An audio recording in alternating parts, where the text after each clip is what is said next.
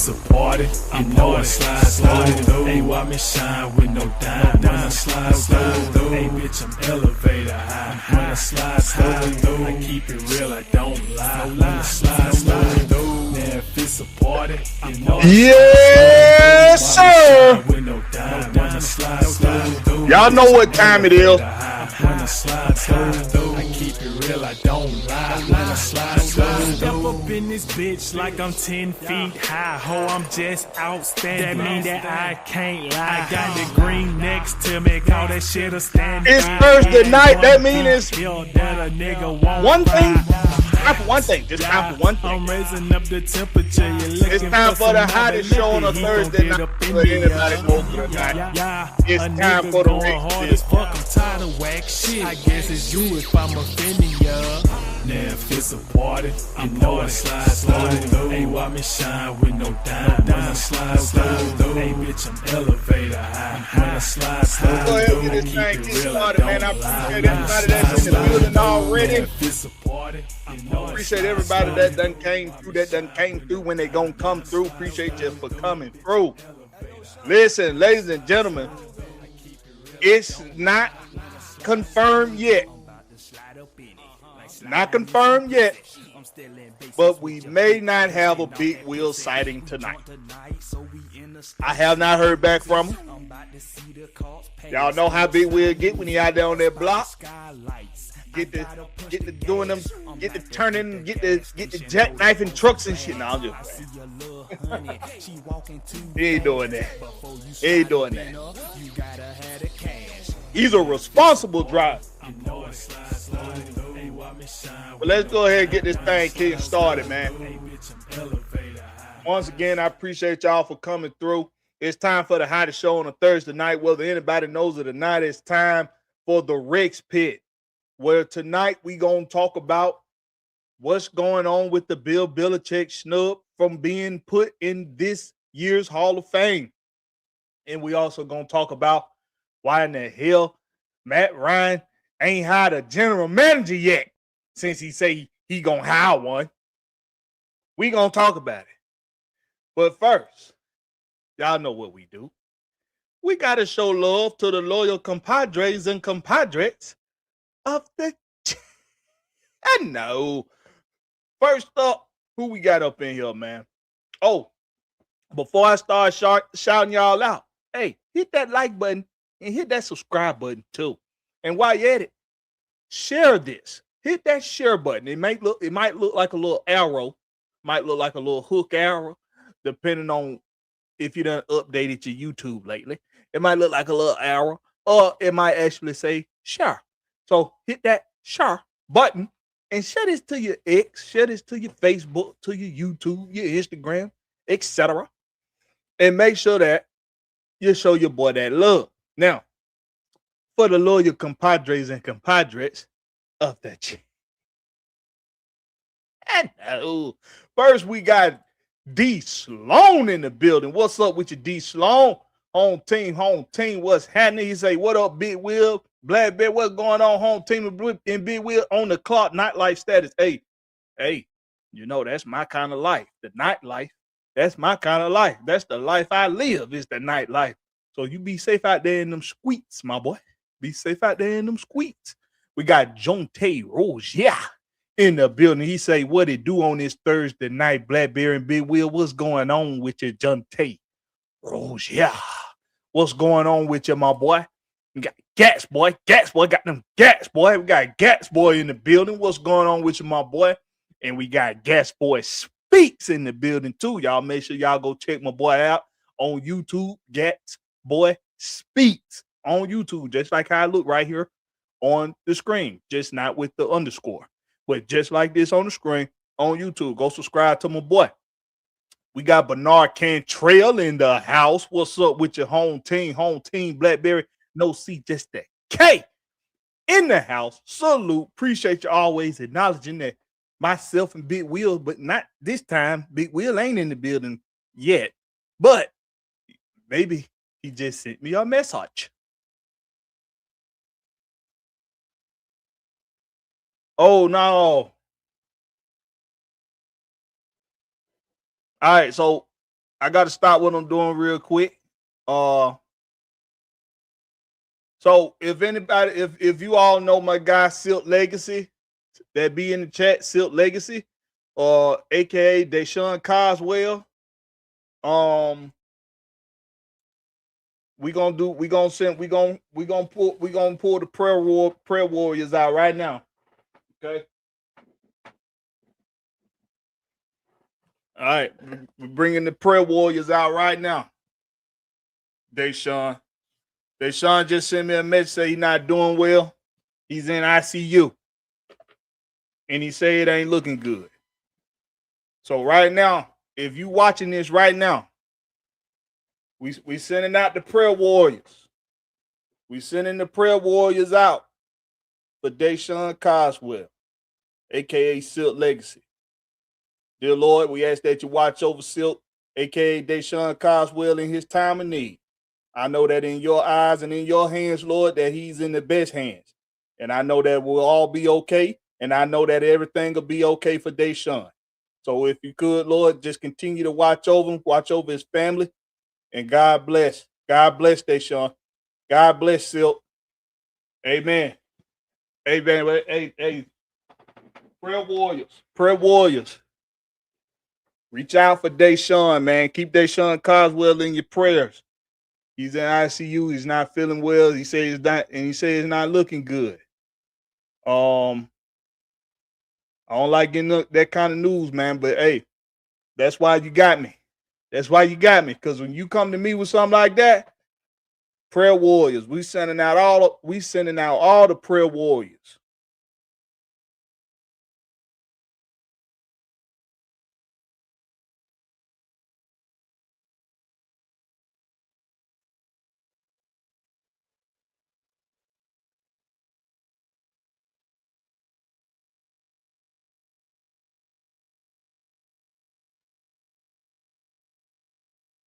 Amen. Amen. Shout out to my guy Silk Legacy, man, aka Deshaun Coswell. Get well, man. Get well soon, man. Get well soon, man. Who else we got in the chat? We got Miss Pamela Johnson in the chat. What's going on with your auntie? What's going on with your auntie Pam? We got we got King Atlanta supporter in the building. What's up with your King Atlanta supporter? Got 3 Daddy in the house. What's up with your 3 Daddy? Ooh, excuse me. One of the OGs in the game, just like our boy Silk Legacy. One of the OGs in the game. Who else we got up in here?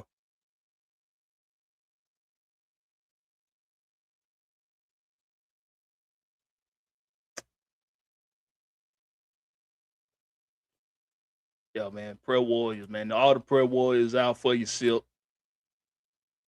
All the prayer warriors out for you. We got Iron Mike in the house. What's up with you, Iron Mike? We got all the prayer warriors out for you, Silk. God gonna see you through, bro. He gonna see you through it.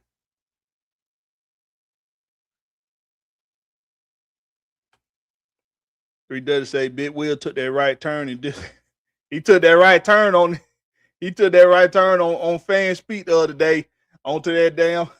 He took that right turn and he ain't turned again yet. He's still going. He just gone. We ain't seen Big Will since, man. We ain't seen him since. All the prayer warriors. We got Southside in the house. What's up with you, Southside?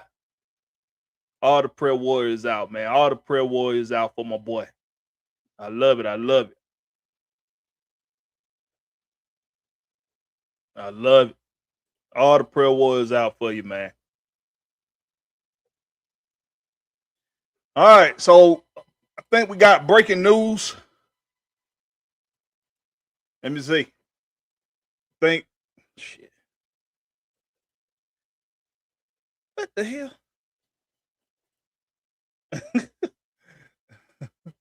What is going on? All right. So Georgia, Texas Gats boy, he put it down there in the chat first just a second ago. I think he put it in there first. But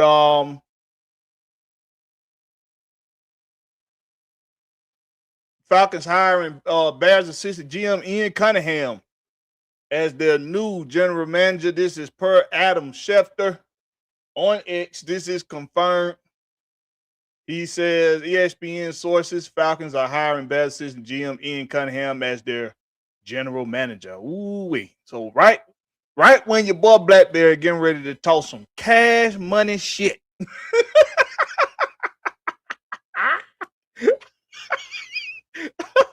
Hey, hey, y'all know I was getting ready to go there, right?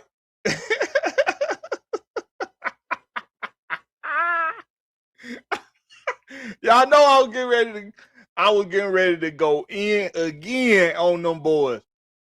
Cause we was finna come into this 8 o'clock hour with still without into this it ain't the 8 o'clock hour, my bad, into this 2,000 hours. It's 2,000 hours that we just went into. We still wasn't gonna have no GM. But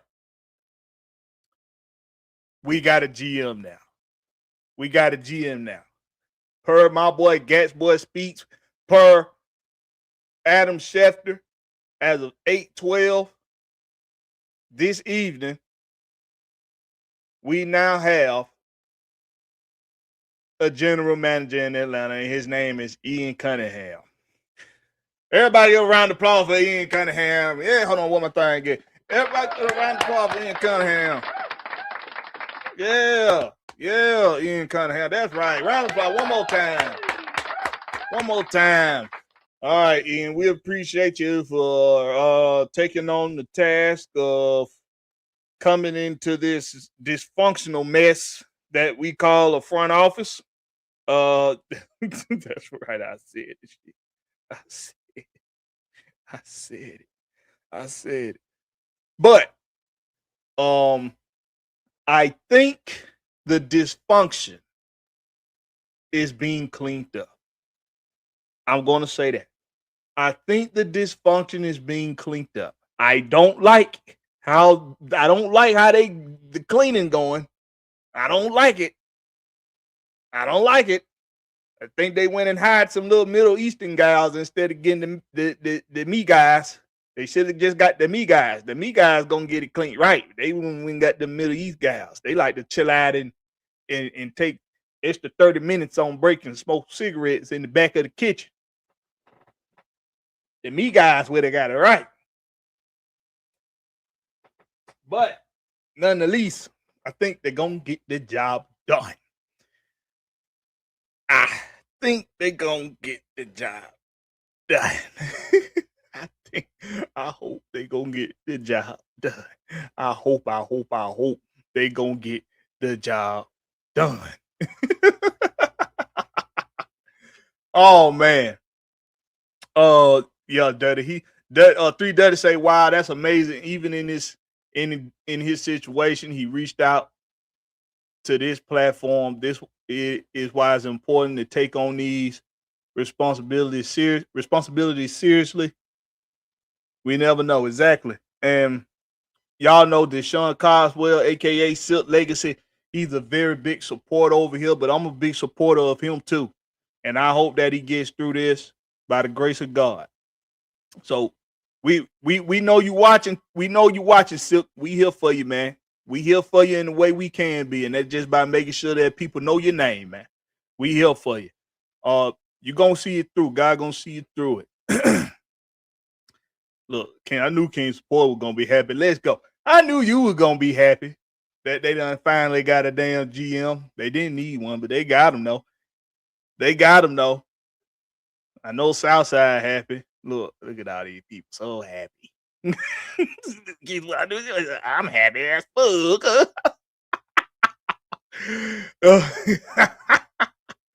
Yeah, we for real, bro. They for real. It for sure. Southside say, oh, and Blakberry. I thought Kurt was gonna be quarterback week 1. He's still a Falcon. He ain't been released yet. That's just right now. Right now, that's speculation. That's just a rumor right now. We don't know that yet. Right now, that's just speculation. It ain't for sure. We don't know yet. But yes, there are sources saying that Kirk Cousins is expected to be released. Yahoo Sports has put that out there. They got that per The Athletic. Cousins will be 38 years old heading into his fifth season. And he's expected to be released, which means that two things is probably going to happen before you get too excited, Southside. Before you get too excited, Southside, two things can happen. One being another team picks him up. That's one. Two, he re-signs with the Falcons for with a better contract in mind. He re-signs with, so don't get happy yet. Don't be too happy yet. What's up with your Sega? Noble in the building. What's up with your Sega? I think that's Southeast Georgia, but it spells Sega, so I say Sega. But shout out to you, man. Shout out to you for coming through. Southside, he getting all happy. He done got him with GM, a guy that he probably wanted to, Ian Cunningham on. He probably wanted Ian Cunningham. Southside did, and it looked like Kirk Cousins is gonna be released. So I know Southside. He grinning ear to ear right now. He grinning ear to ear. What? Don't get too happy too fast. Don't get too happy too fast. Oh man. Yeah, man. Gas boy say, I knew it. He knew it.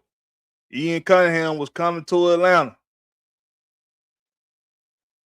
Millie Mills in the building. What's up with you, Millie Mills? Holding it down over there on the East Coast.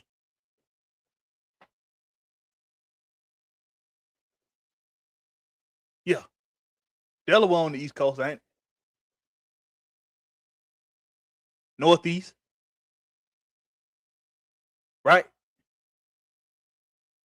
Yeah. I need to go back to geography class. ATL 251 in the house. What's up with you, ATL 251? He say, this another buddy high. Ooh-wee. Ooh-wee. Now, don't you start talking like that in here, ATL. You're going to have some people in the chat that's going to disagree with what you're saying. Don't you start, ATL. There's another buddy. Is he wrong?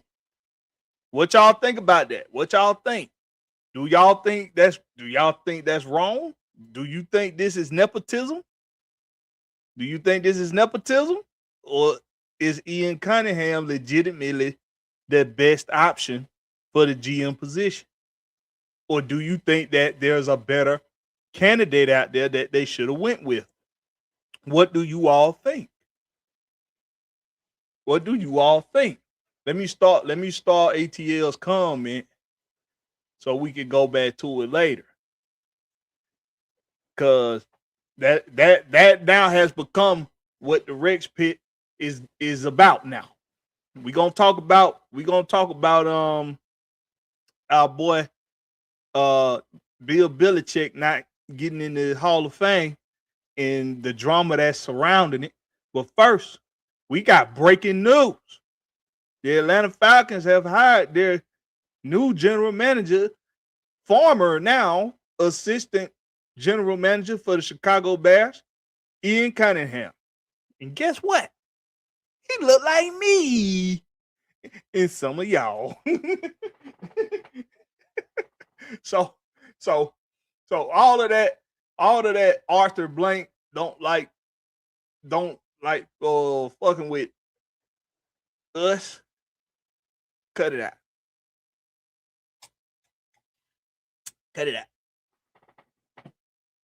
And I ain't staying on that no longer than that. Just cut it out. Millie Mill say, is that Blakberry with a change of heart saying Coach Ski probably get the job done? No, that's not what I said. I said I think they're getting the dysfunction together. I think they cleaning up the dysfunction in the front office. That's what I said. That's what I said. And the reason why I think that they're doing that is because they're doing what they said they was gonna do. And that's all I can ask for at the end of the day. If you say you're gonna do something, do it. If you say you're gonna do something, do it. And they're doing it so far. So far. But they still went and hired the Middle East girls instead of picking up the me guys out from in front of Home Depot. They should have got the me guys out in front of Home Depot. But job's still gonna get done. I think. Maybe. Possibly. Probably. I hope.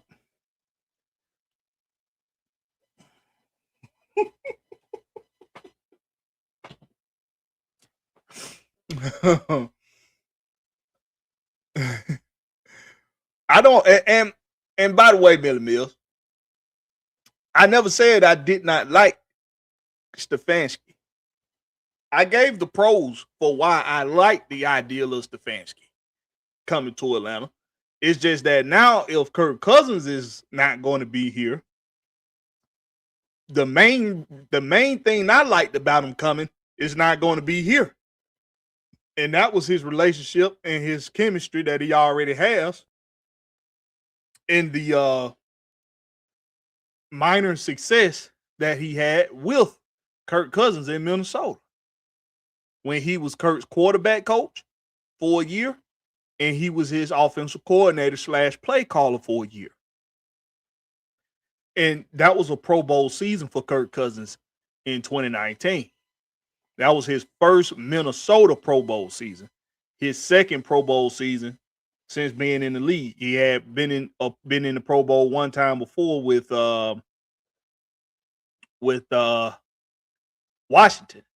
But this was a Pro Bowl All Pro season he had in 2019 with Kevin Stefanski. So that's what I was kind of thinking that was the biggest pro about him coming to Atlanta was we were going to get that chemistry back with him and Kirk Cousins. But if that was my biggest reasoning, so if that ain't going to be the case, then I'm going to like it a whole lot. I'm going to like it a whole lot less if it turned out to be that Kirk Cousins ain't going to be the quarterback to start the 2025 season, the 2026 season. But for me, it wasn't all about Stefanski not being the guy for the job. It was about the process for hiring the head coach. It was about the process for hiring the general manager. It was about the structure of the front office. And it was sounding like too much of the same thing. Too much losing familiarity. And we might be getting a big wheel sighting here in a minute. So I know y'all get tired of me hearing me talk all the time. Y'all be wanting to hear Big Wheel. So he coming. And I'm just saying that to be nice about my boy Big Wheel, because I know y'all really here to see me. I already know that. You here to see me. One, because you're going to actually see me. Big Wheel don't even come on camera. You're going to actually see me. Big Wheel don't even come on camera. So when y'all get here, y'all make sure y'all make him hear too. Oh, shit. He said he out right now, though. He out to take care of some business. Take care of some business right now. But yeah, that's been the thing with me.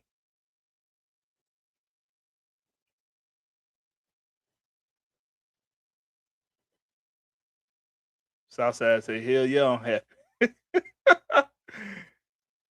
King supporter said change needed to happen. How much change has there been?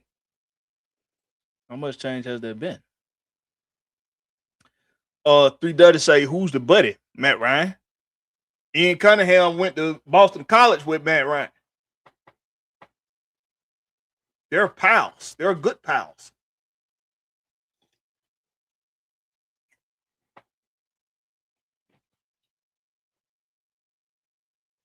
They're good pals.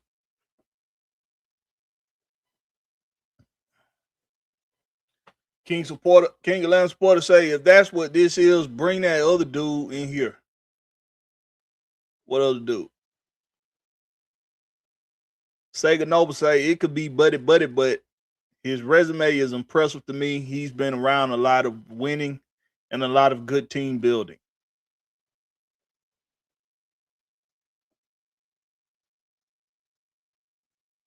Y'all ain't gonna make. I was about to say something about Raheem. I ain't gonna say it. ATL 251 say, I'm telling you the truth, the assistant general manager from the Texans was way more qualified, and he was from Georgia. Well, ATL telling y'all, he giving y'all his opinion. You don't think the most qualified man was hired. I don't think the most qualified man was hired. He said drop the link. Nah, not tonight. That's what made fans speak so intriguing. It's the one opportunity I give y'all to talk your shit. Now, see, use your own content creator now. Use your own content creator now. So you don't have to wait, but these other folk got to wait. They got to wait.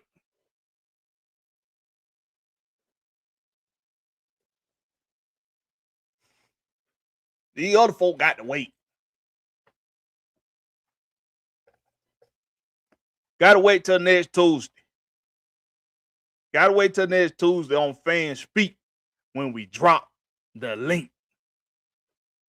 3 Dudley say Cunningham has been a part of a good build in Chicago.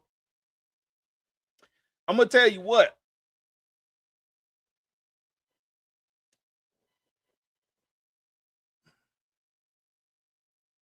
It really works. It really helps a lot when the quarterback that you entrust, that you spend your first round draft pick on, when he turns out to be somebody that you can build around, that you can build on, you can make him your guy, and he shows you that, by showing up when it's time to show up. Now, Caleb Williams, he's definitely rough around the edges for sure. He'll make some boneheaded throws, and he'll put the ball in harm's way quite a bit. But he has these moments where it's like, damn, what this dude is playing out of his mind. That in that last playoff game, man, it really looked like they was about to pull it out, and then he threw that interception. It was partly his fault, and it was partly DJ Moore's fault, because DJ Moore pulled up at the top of the route. Instead of continuing to run through the route, he pulled up at the top of it, put the ball in further harm's way, ball gets intercepted, and who was that they was playing in Denver? Go on to win the game. Who that was playing? They was playing Denver. They go on to win.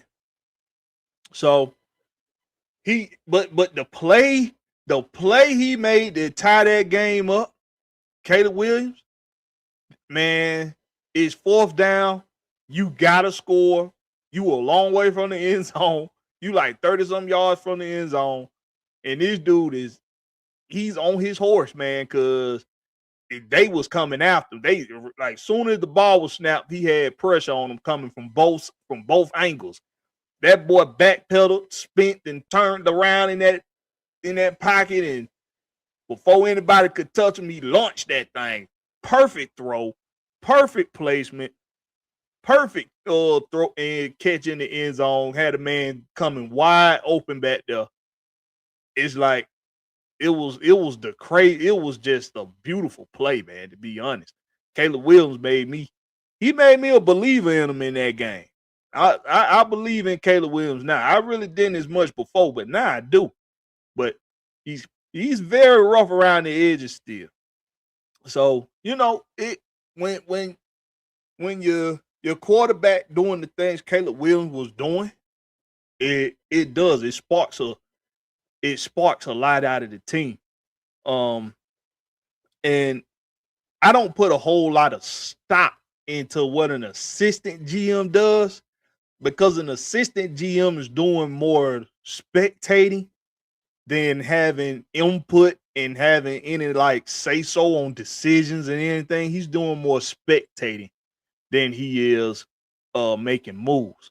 But um there's been some smart decision making around Chicago the past couple of seasons. Um so he could bring that here when it comes to being over the personnel and being over the 53-man roster. Uh because that's what his job is gonna be. His job is gonna be to be over the talent, personnel, uh managing the 53-man roster. That's gonna be his job. Uh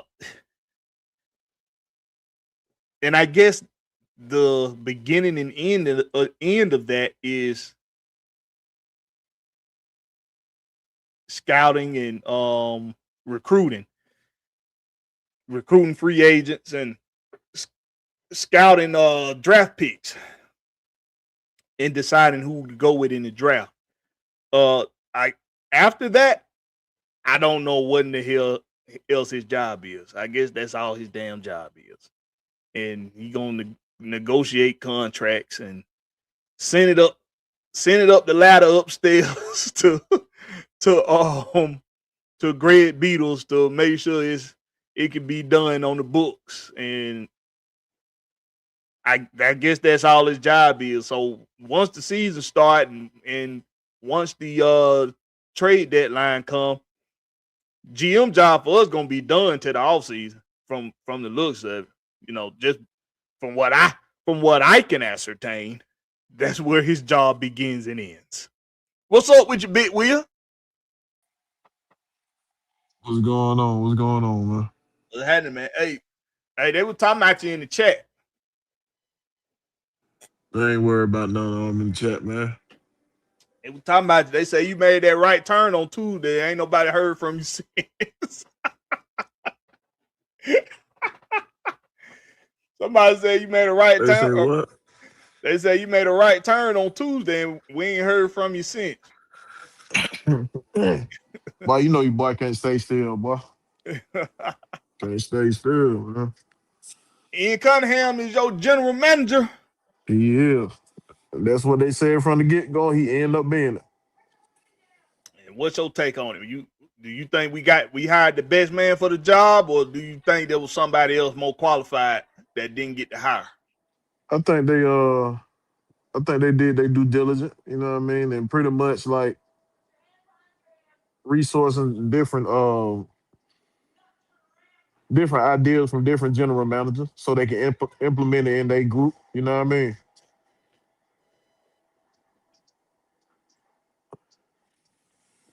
Yep. So hey, I think he's smart now. He's been trained by some of the best. He's been trained by some of the best. You know what I mean? So I don't know, man. I just had to wait and see because I don't know. Both of them were good candidates. I already said I didn't care which one on that they hired. We were gonna be good either way. Okay. Millie Mills in the chat. He say Blakberry in chat. Can one of y'all tell me what the fuck is the difference between manager of coaching operations and senior coaching advisor? Manager of coaching operations is a damn secretary. Senior coaching advisor is somebody that advises the coach on decisions on what to do. He gives them advice on what's gonna work and what's not gonna work, what he done seen in the past, and how it's benefited teams he was on, and how he's seen it Man, work. he A just manager of coaching operations is a damn assistant, is a yeah, secretary. he just what you call that, a therapist for for your boy to lean Yeah, on. If he got an idea, he gonna lean on somebody with some experience. Lean on him a little bit, see what he think about it. That don't yeah, mean his word gonna be gold. He just want to hear another opinion about it beside himself. It's just like when you go talk to your old lady or your wife about something. If you want to do something stupid, make a stupid decision, you go talk to her, run it by her. Then if you know what I'm saying, that just like that. yeah. But he think that manager of coaching operations, which is what old girl is, that was with Stefanski in Cleveland. His basically his assistant. He thinking that that's probably the same as a senior coaching advisor. Oh no, that's his secretary. She makes sure all the meetings and everything taken care of well, set up Yeah, properly. Whatever he need to get done, you know what I'm saying? She the makes day to sure it get day done. itinerary, the If she day to need day itinerary. right, if he needs some hotel set up for like somebody, a free agent or something, he want to meet up, she get that done for him. You know what I mean? Stuff like that. Hmm. It's a secretary with a better name, dog. That's all it is.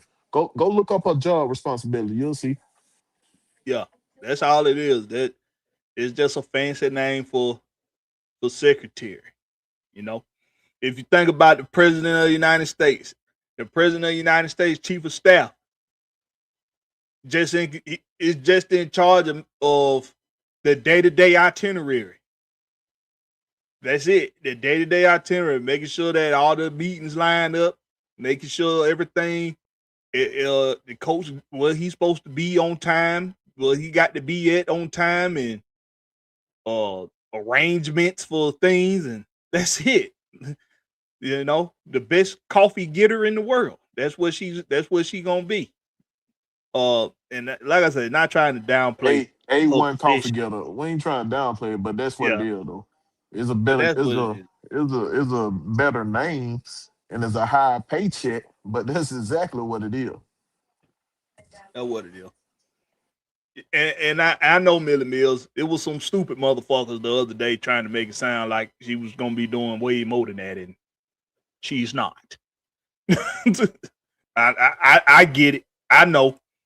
ATL 251 say James Leffert was a part of the scouting for all the Patriots Super Bowl teams. If I'm not mistaken, with Brady, I just think he is a better scout than Buddy Hire. What you think about that, Will? I Say like it it. again, bro. I was a Lipfoot. I was more leaning towards Lipfoot myself. We was leaning toward Lifford because the connections he had with New England. He also had But like I Georgia said, both ties of too. these, yeah, he had Georgia tie. That's probably why a lot of people lean towards him. But both of these candidates were good. And I said it when they had pulled these two to the front. Like he wouldn't go wrong with either one. And what I can see with these interviews that Matt Ryan did was he collected data from other general managers who've been doing it for a minute, or assistant general managers, I mean, and how would they handle things and stuff like that. So he collected data so they can put it within their circle when it's time for them to do draft. Y'all got to think about the interview work in two different ways.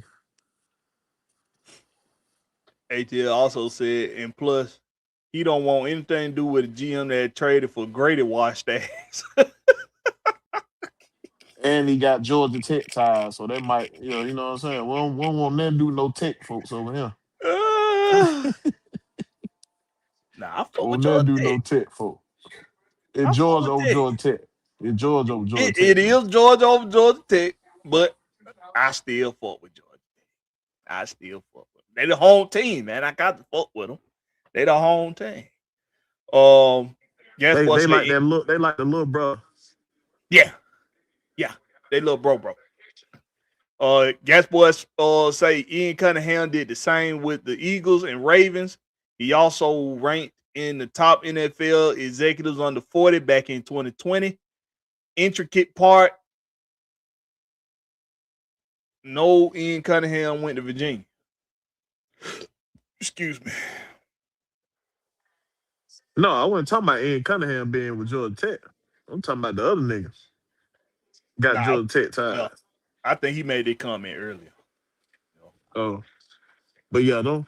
Like I said, both of them were good candidates, so I wouldn't have been mad with either one, dog. Then we got to know this NFL is a buddy system anyway, dog. He buddy with Ian Cunningham. It is. It's gonna be a. So you can't. It is. That's right.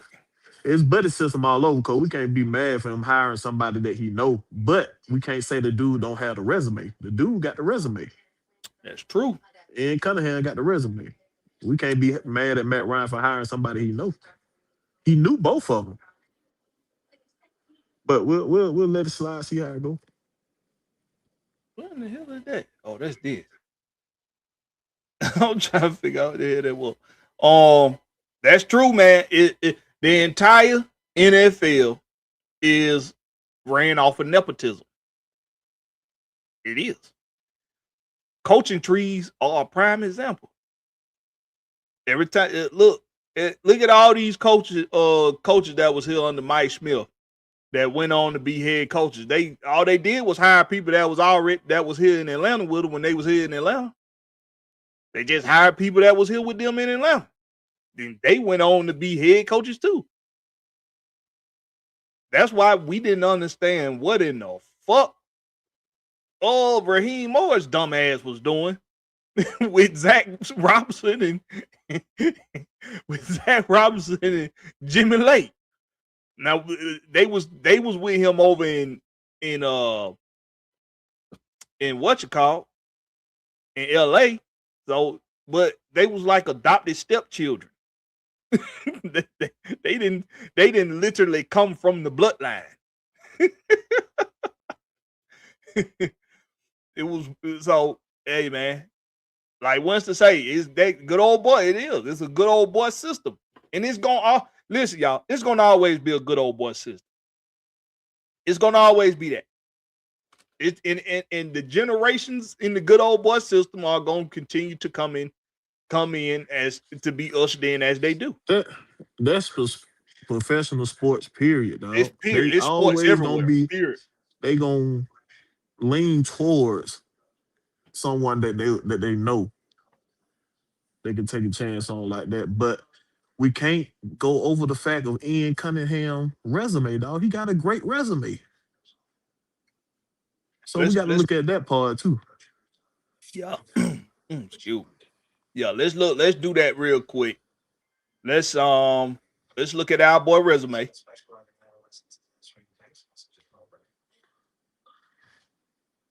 Look at some of his and we're gonna do a simple one, y'all. We ain't gonna do a deep dive. We're gonna do a simple. We're gonna go to Wikipedia. We ain't gonna do no deep dive.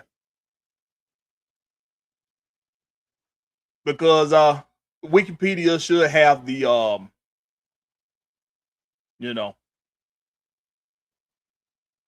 the general basics. All right, so this is career history. Okay, he played in Kansas City. He played for the Kansas City Chiefs.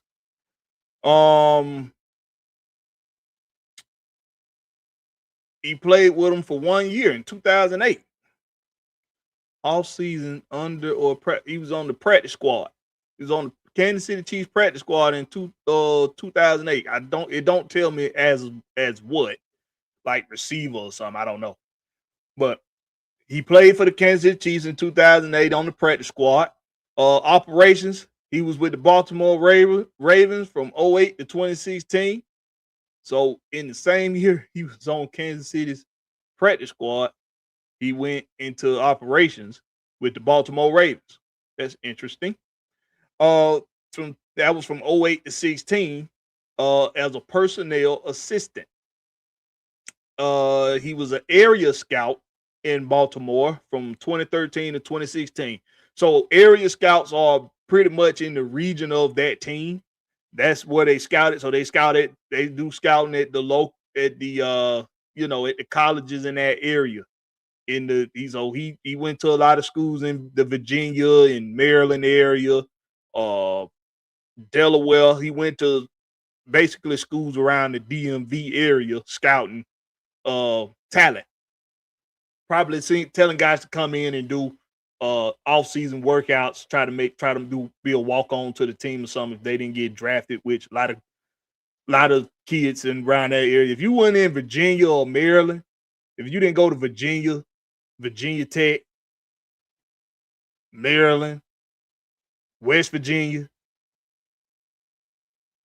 up in that area, you was gonna have to be a walk-on somewhere. You're gonna have to go somewhere and try to make somebody football team. Because you ain't gonna make it in. You ain't gonna be drafted. In Philadelphia from 2017 to 2021, he was there from 17 to 21 in Philadelphia. He was director of college scouting from 17 to 18.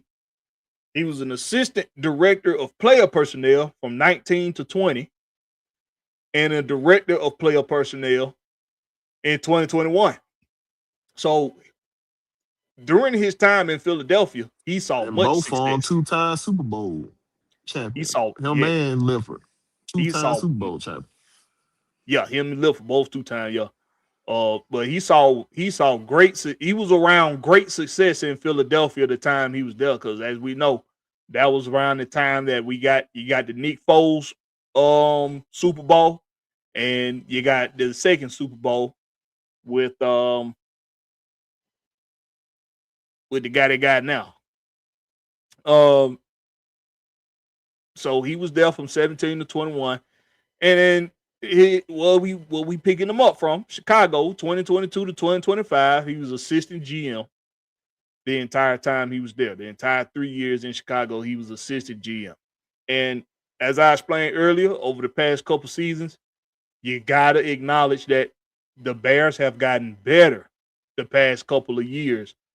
You can't deny it. You can't deny it. They did trade us for Grady. Yes, they did. And I think some bitch had like 10 tackles all season, and that's counting the playoffs. But they got better as a team every year that he was there. So you got to acknowledge that. So once again, man, shout out to Ian Cunningham. Shout out to Ian Cunningham. Hey, Blakberry got his GM, man. He got his GM, man. Shout out to him, man. I felt they finally gave us a GM. Finally, Chicago been out the playoffs for about 2 weeks now, ain't it? Yeah, Matt Ryan wanted to make sure he made the right choice. He had a couple guys that came in and interviewed well. He had the San Francisco guy and Ian Leffert. I mean, this Leffert dude interviewed well, and basically trying to see who's gonna be on the same page with his head coach and him, with the same philosophy. You know what I mean? Mm-hmm. And like I said, these last 3 candidates that was left with the San Francisco, this one, and all of them got extensive resume, dog. So like, it couldn't go wrong either way. Mm-hmm.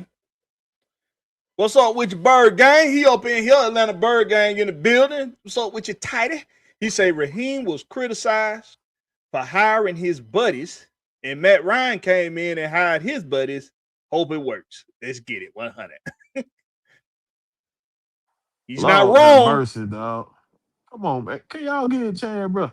He's not wrong, though. Y'all get a chance. We know what's going on, bro. We know. Bird Gang, he ain't want Atlanta to be. He ain't want Matt Ryan to be hired either. He know it. Don't say it, Bird Gang. Put it in the chat. You ain't want Matt Ryan to get that job either, right? I don't know. I don't. But we got to trust that Matt Ryan making the right decision, y'all. We got to see it. Get him a chance on the field first, bro, and we'll see what's going on from there. But like the way the coach talking in the interview, the other interview he did, an exclusive interview, he sounded like he got a good plan in place and he gonna have these boys out there working. But we ain't heard the talk before. They got to show me right now. Now, don't get me wrong. I've been to Missouri. They got to show me. So, bruh, I just want to get a chance to work right now. Arthur Blank did what he needed to do. He brought the little firm in to see what was wrong with his company, and he made changes. So I'm gonna see that the changes work, or do he need to go deep dive again? We're gonna just have to see for a minute, bro. I think the difference is with this regime, from what I seen when Raheem came in, this is a more similar introductory to how Arthur Smith was introduced, because Arthur Smith gave us. He broke it down for us. We're gonna run the damn ball. He broke that down for us from the get go. Matt Ryan and Kevin Stefanski, they've done the same thing. Except I think they done put even more emphasis on it out the gate than Arthur Smith did. Matt Ryan said we're gonna run the goddamn ball, and we're gonna be a physical, tough run team on both sides of the ball. We're gonna stop the run, and we're gonna be able to run it down your throat. Excuse me, and I'm paraphrasing, but that's basically what he said in Stefanski's introductory. So when Raheem was hired, it was just we're gonna outrun the South. Okay, how, motherfucker? What we gonna do? How we gonna do that? We're gonna outrun the South. Okay.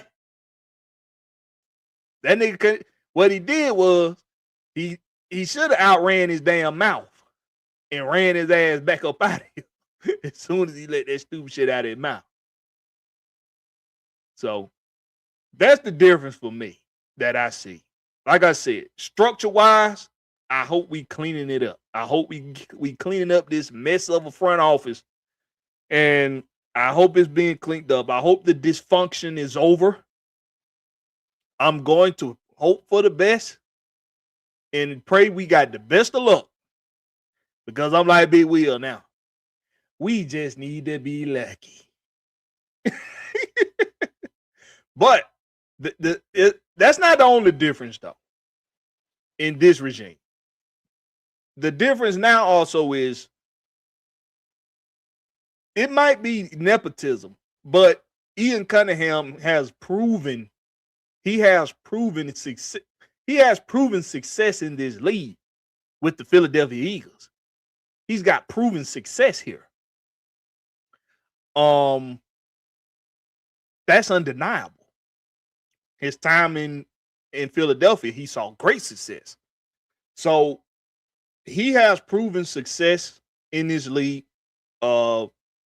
He's going to know how to bring a lot of the winning ways that he's witnessed to this program. And I'm for it.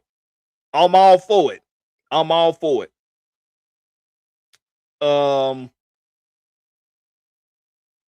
That's the difference. There's proof in the pudding with this nepotism. I don't think Stefanski had a strong enough resume for my liking, but he do got 2 coaches of the years under his belt, and there's only a year in between both of them. But like I said, also, I take that with a grain of salt because that was with the Cleveland Browns. It's 2 years between them. It's just one. He had 20 and 23. So you're right. 2 years. Yeah. You're right. 2 years in between. So, I take it with a grain of salt because, it was with the Browns, and the teams he had were stacked. They were some stacked teams. And when you have even a glimmer of success with a team like Cleveland, which is arguably the biggest dumpster fire organization in the league outside of the Carolina Panthers. Blakberry. They had some washed up guys on that team, dog. They had an Odell Beckham Jr. He was washed up when he got to Cleveland. Odell was not the number 1. He wasn't even the number 2 target. He was washed up when he got to Cleveland, though. You can't say that. He was the 3rd option in the receiving group. He wasn't even the 3rd option. He was the 4th option. And what was their record before Stefanski got there? Oh, they was dirt. They was dirt ball. That's what I'm saying. So you got to give him his credit, bro. You brought that team from. I'm giving him his credit. Bottom out. I'm giving him his credit. And one of the toughest divisions in the league. I'm giving the him AFC his North, credit. one of the toughest divisions in the league. I'm giving him his credit, man. You said grain of salt. We know what grain of salt means. I use it all the time. My cousin Jay, so you got to take a word with a grain of salt. I'm taking it with a grain of salt. We know what that means. The reason why I'm taking it with a grain of salt is because when he had adversity, he didn't handle it well. Like the reason it's why. A difference between, think about it though. It's a difference between handling adversity and want to be out of there. That's a difference. If you want to be gone, you ain't studying no adversity that you want to go. You see how happy that man was when he was able to leave, bro, and come to another team? Now, I'm not saying y'all shouldn't have y'all doubts. That's y'all warrant. I couldn't even get the word out. Y'all valid for having y'all doubts. I'm not going against that. All I want y'all to do, come in with an open mind, get an opportunity. And y'all know me. If he fuck up, I'm gonna be on his ass. I'm gonna be on his ass. But let's give it an opportunity first.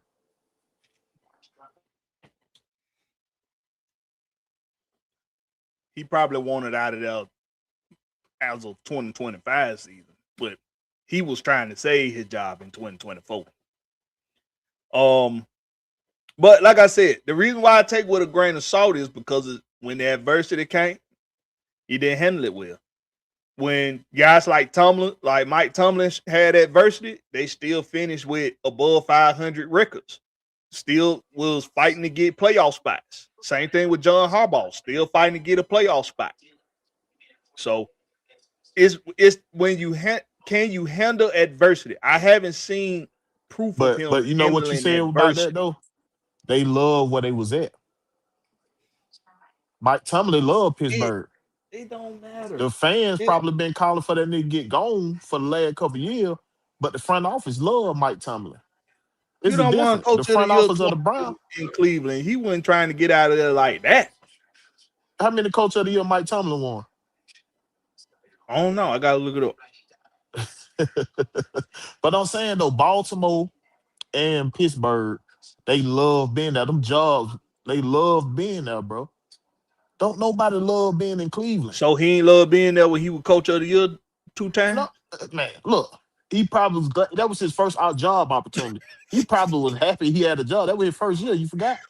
That was his What first about the year he second won. time then? The second time he wasn't Second happy to time, be you just said he was trying to save his job. He signed a new contract, an in 24. extension He was at trying that. to say. He signed an extension the beginning of 24. After that, then they got them pretty much just did bullshit, bro. They weren't giving them what he wanted. I feel And you. all this news coming out telling y'all, showing y'all how Cleveland work. I just want to get a little opportunity. That's all. I feel you. I feel you. Southside say it's not just a lot of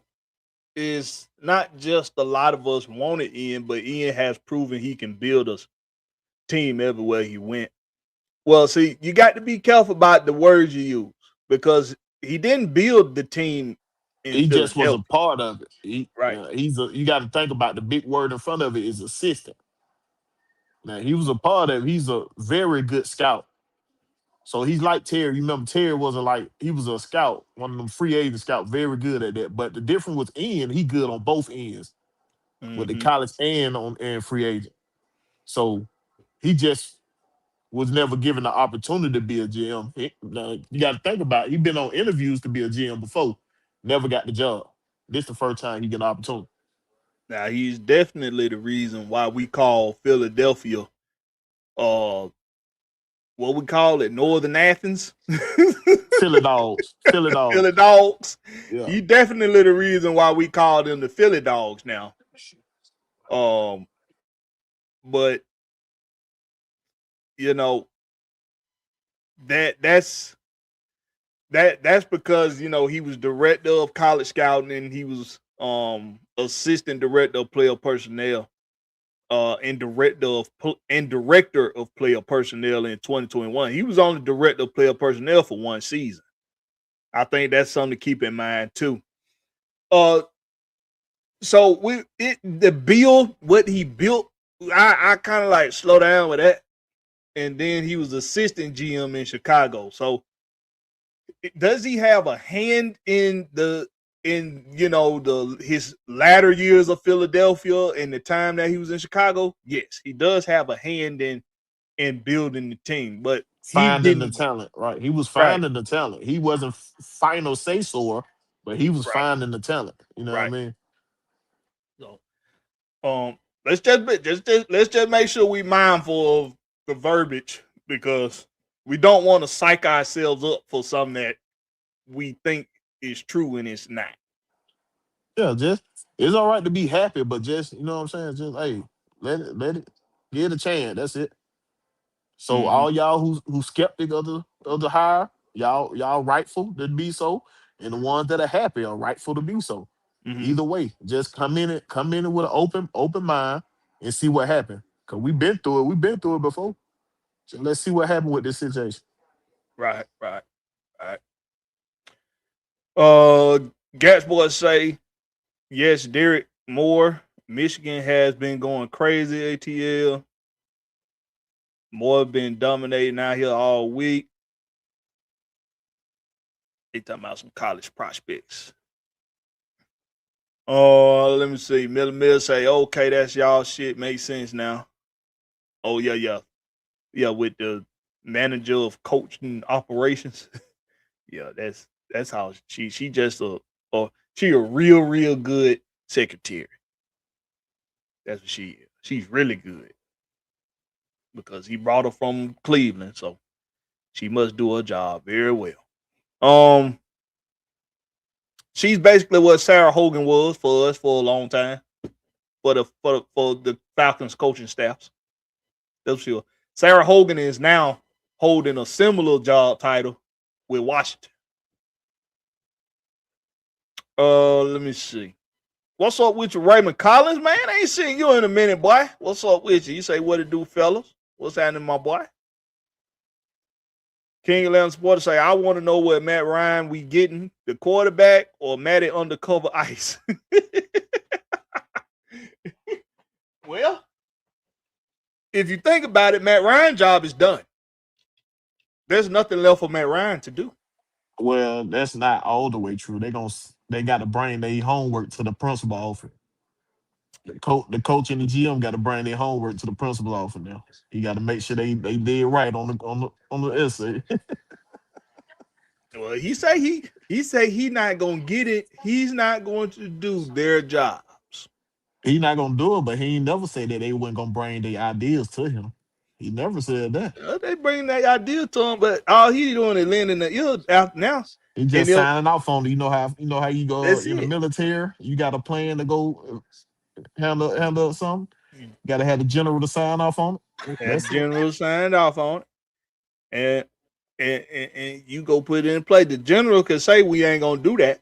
Now, see, remember I said this. Now, if it come out somewhere in the future, I'm just saying, bad case scenario that this don't work out with this regime, and it come out at some time in the future that their initial plan of attack, their initial strategy with Stefanski and Cunningham was scratched by Matt Ryan, then we don't know it was players that wasn't they first picks.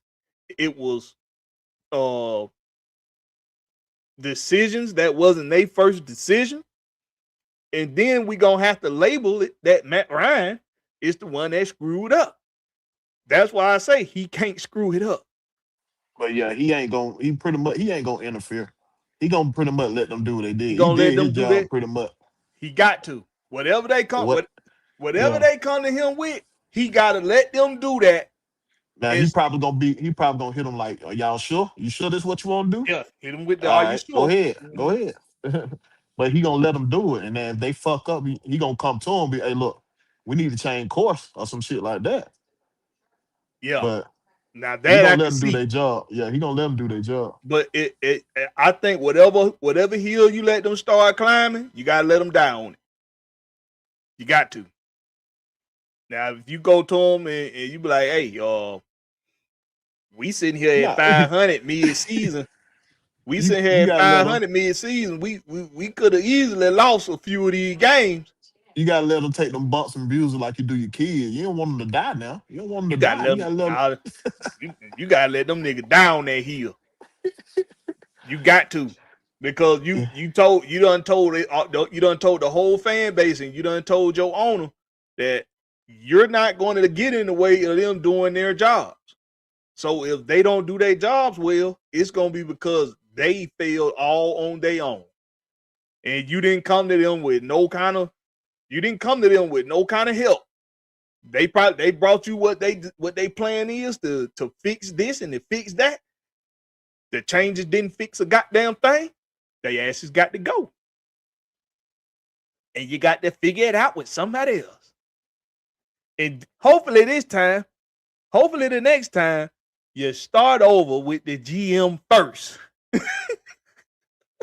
Well, yeah, you right, Judge Test boy. He have been there with Chicago. He been at the Senior Bowl with Chicago. So you get that too, Blackberry. He was there. He was there, Blackberry. What? He was there. He was there scouting the talent at this Senior Bowl with Chicago. Okay, that's great. That's good. That's good. That's good. That means he been working already. He already been working. All he doing is just changing the logo on his shirt. And the location, of course. Let me see. Sega Noble say, if he learned up under Ozzy and can bring some of that to Atlanta, this is going to be the change we need. I'm with you on that, Southeast Joe. I'm with you on that. I'm with you on that. Isaac Newsom. It's Isaac Newsom, right? Yeah, from Baltimore. Yeah, Mm-hmm. but also Philadelphia and the talent that they brought in the Bears the last couple years. Now and brought some talent in the Bears. Might talk shit about Chicago. They brought some talent off in there. That's why I say they done got better. Every year he's been there, they Everywhere got he ain't better. been, everywhere he ain't been, they bring They in got good better. talent. Mm-hmm. And they go get guys that got attitude too. They go get guys that's ferocious. Like that. 3W say the good old boy system also gives deserving opportunities that may not have happened. That's almost the opposite of what the good old boy system do. Because it be some bitches getting opportunities that don't deserve them because of the good old boy system. That's some of them. That she went 330 talking about it. Somebody hiring their damn nephew or something who ain't got goddamn. Ian Cunningham got a goddamn resume. Lefford, the other guy that they were interviewing, have a resume. They shown that they can do the work. So this not like giving your buddy just a job just because he your buddy. You giving him a job because he also earned it too. You know what I'm saying? We got to think about it like that. Yeah, you got people that hiring people who don't deserve to be in that spot, but the guy that Matt Ryan just hired deserved to be in that GM role. He does. He's built up. He's built up the resume for it. I agree. I do agree with that. That's part. Look, that was part of the reason why I was using the New England in Seattle big game as a prime example, because the people there have built resumes to show that they've been groomed to be in the positions that they're in.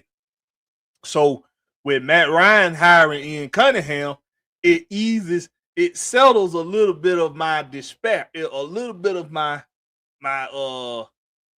you know my worries.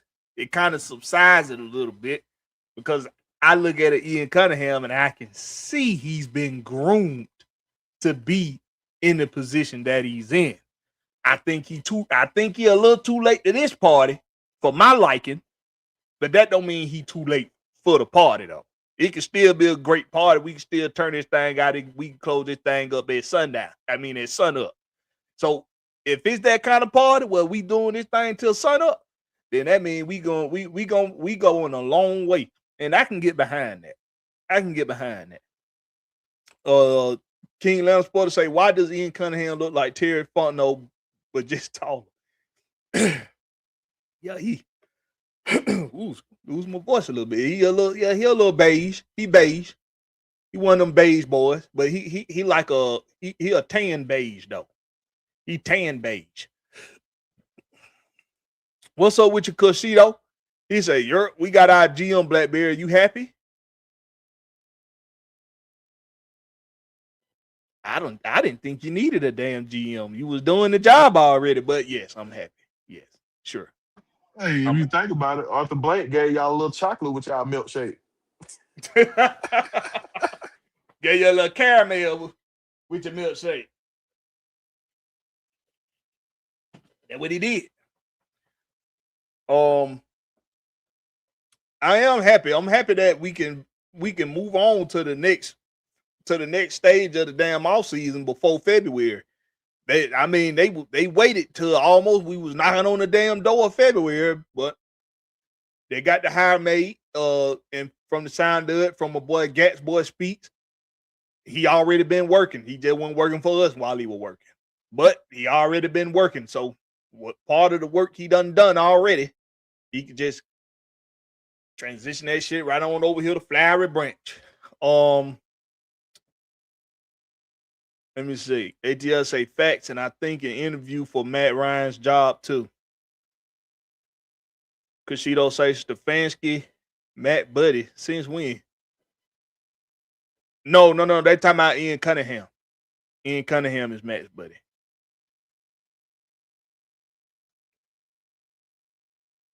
ATL say, so what do we try to do? Draft for another wide receiver and O-lineman? What you think we doing? What you think now that you see the makeup of the front office and the coaching staff, Big Will? What you think they're gonna attack in the second round of this draft? What you think they're gonna go after?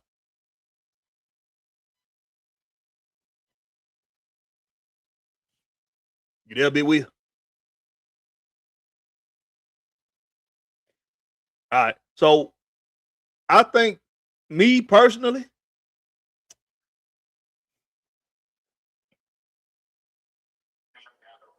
Mike check. yeah, good Mike. Oh, Yeah. well, I was saying, bro, I think we're gonna focus on D tackle first for anything.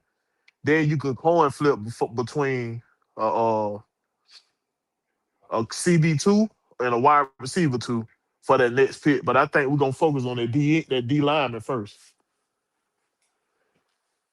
Yeah, for me, you could do either or. For me, you could go defensive tackle, you go nose tackle, or you could go cornerback.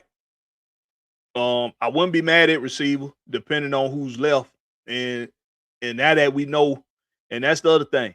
Now, for everybody that's watching, now that I know what this front office made up of, and what this coaching staff and the makeup of this coaching staff, I'm about to do my deep dives into this draft season. I want why I think that we're going D tackle because the thing you keep hearing from Matt Ryan and Stefanski is we got to stop the run. What did we fail Want last to year stop the doing? run? Yup. Last year, in the later Stopping the parts of run. last year, we couldn't stop the run for shit. Yep. Early on, we were stopping the run because Diablo was there. Yep. So they gonna focus on bringing in that D Uninjured and tackle fresh. Yep. and guarantee you they're gonna bring in some more help at linebacker. So look forward to that. We're gonna get some depth at linebacker. And that D tackle gonna be a must. Mm-hmm. Yep. Oh, we got Anthony White up in here. What's up with you, Anthony White? He say Ian Cunningham named Falcons GM from the Atlanta Falcons website. Yes, sir. We talking about it. Yes, sir. We talking about it. Oh, I got to catch up with the chat. I got to catch way up. 3W say, let's not overdo it, trying to be politically correct. We will have our point of view, and if it goes another way, should not change us or our fandom. That's right. Everybody got their own point of view. Kashido say, I'm still trying to figure out who is Matt Ryan's buddies.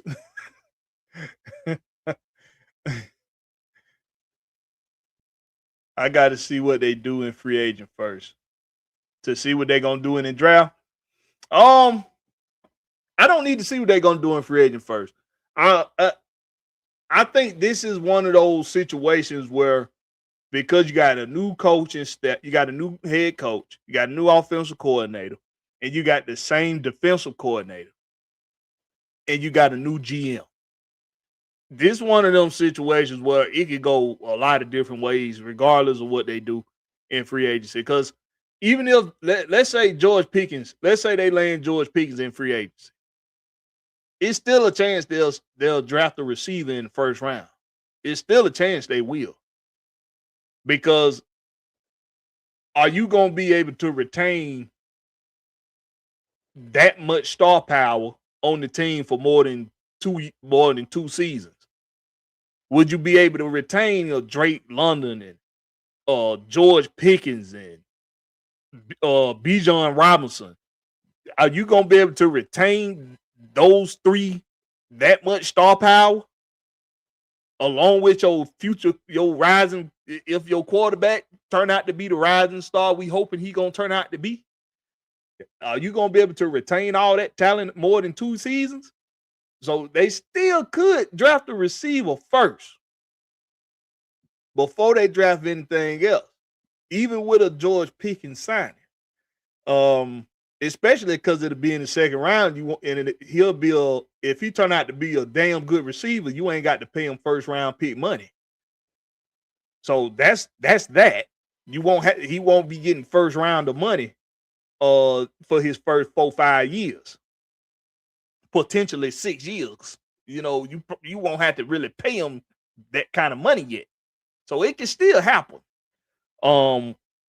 But like I said, I'm cool with nose tackle. Nose tackle would really make me very happy because I wanted that boy that ended up going to damn Pittsburgh last year. But like I said, I'm happy with what we got. But I would love to go nose tackle. But I can see us doing corner because AJ probably got a good. I think AJ at the most he got left with us, 2 seasons. I think after 2027, there's a good chance AJ ain't gonna be here no more. So by his choice or by ours? I think by circumstance because of money. I think it'll be because of money. I don't see us giving him another big contract. If we were to move on from AJ Terrell, we better have somebody in place that gonna replace him. Man, much of this nigga don't get his head around. I hate for us not to be prepared and put somebody else in that spot that's not ready. So we better have the right person that's in place if we're gonna move on. That's why I say I can see us going corner in this year's draft in the second round. I can see us going corner because of that reason. They give us time to develop that young talent up to being that number one guy, and who not to help him get along the way than AJ. We just need somebody gonna tell him turn his goddamn head around if he don't know already to do that. If he don't already know to do that. Man, they go get his little brother. AJ ain't going nowhere. Man, if they go get his little brother, AJ ain't going nowhere. I can see AJ and his little brother being here for 5 years. Yeah, I can see it together. Yeah, I can see that. Absolutely, AJ he'll probably be okay with taking a good deal, or taking a little less than what the market will say he should get, just because of that. If you done been to the open practices in Atlanta, and you done seen the way AJ family interacts with the fans, they love it here, bro. AJ mama and his sister and all them damn kids they be having with them. I don't know who all them kids belong to, but they be having the whole family at the open practices, bro. And the way they mingle with the fans, but they love it here. They love it. So I can definitely see that, Will. I can see if little AJ come to Atlanta, we gonna have the AJ boys in Atlanta for at least another 5 seasons. We'll have them both here for at least 5 years. I can see that for sure. Let me see. What's up with your Ghost Peppers? Oh, hold on. Somebody had a question. My bad. Oh, that was Ghost Peppers. What did he say?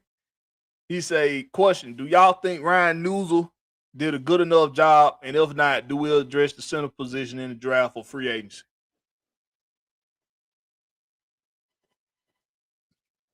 I think he did a good job this year, but they gonna bring in competition to make sure he the right guy. I think so. And the new offensive line coach is gonna do extensive tape work on him to see what his problems is. I guarantee you that. Yeah. And that's another reason why I can see anything happening in this second round with this second round pick, y'all, because I do like Newsel. I do like him, but he ain't the biggest center. And we going to be running a lot of gap discipline runs. And you gonna want some bigger bodies. Now, see, Jay Matthews, Bergeron, and Caleb McGarry, they already some big boys. They big already. We losing a little. We giving up some size with Chris Lindstrom, but Chris Lindstrom is an all-pro guard. What you So speaking that? we might go bigger at center. We just What might. you think about Drew Bobo? I, He coming out this year. That's a big boy. me and you on the same page, that boy. Like that boy's a big boy. And he's a coach's son. That boy no ball. He's a big boy. Yeah. I don't like his daddy. I don't know why y'all hate on Mike Bobo, man. He put up them points up in Georgia now. Y'all got to go look at Mike Bobo tape and see how he designed them plays and see how many folk were wide open that goddamn Gunner stopped a miss. See how many folk were wide open. The problem I had with Gunner stop, he take his eyes from downfield too early. When he be trying to elude pressure, he take his eyes off. You know how Stetson used to keep his eyes downfield? Mm-hmm. He don't do that. That's the difference between Gunner and Stetson. He don't keep his eyes downfield. Stetson will be able to move out the pocket and catch somebody wide open down there. Gunner don't do that. Well, Man, they work on him since he coming back, and we stuck with him for another year. If they work with him on keeping his eye downfield, like Stetson was in his last year, hey, we might have another chip for Kirby. That's the only problem that we have. If you think about, bro, this supposed to have been our rebuilding season, and we lost one game before we went to the playoff. Come on, bro. If he see them guys open and hit 50% of the guys that's open, we win a chip.